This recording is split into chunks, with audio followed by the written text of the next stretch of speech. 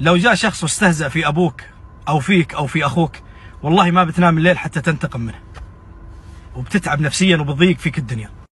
فما بالك أن يأتي رجل قذر مثل ناصر القصبي ويستهزئ اليوم في آية من آيات الله وفي حديث للرسول صلى الله عليه وسلم. جابوا آية من آيات الله أزفت الآزفة، جابوها على صيغة التهكم والسخرية. وحديث الرسول صلى الله عليه وسلم المحصنات الغافلات المؤمنات، يقول المحصنات الناعسات. كفار قريش يا ناصر كانوا أشرف منك، وكانوا يحترمون كلام الله أكثر منك.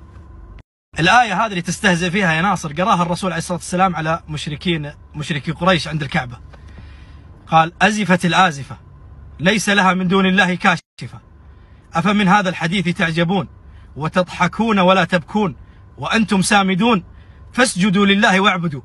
سجد كفار قريش يا ناصر يوم سمعوا كلام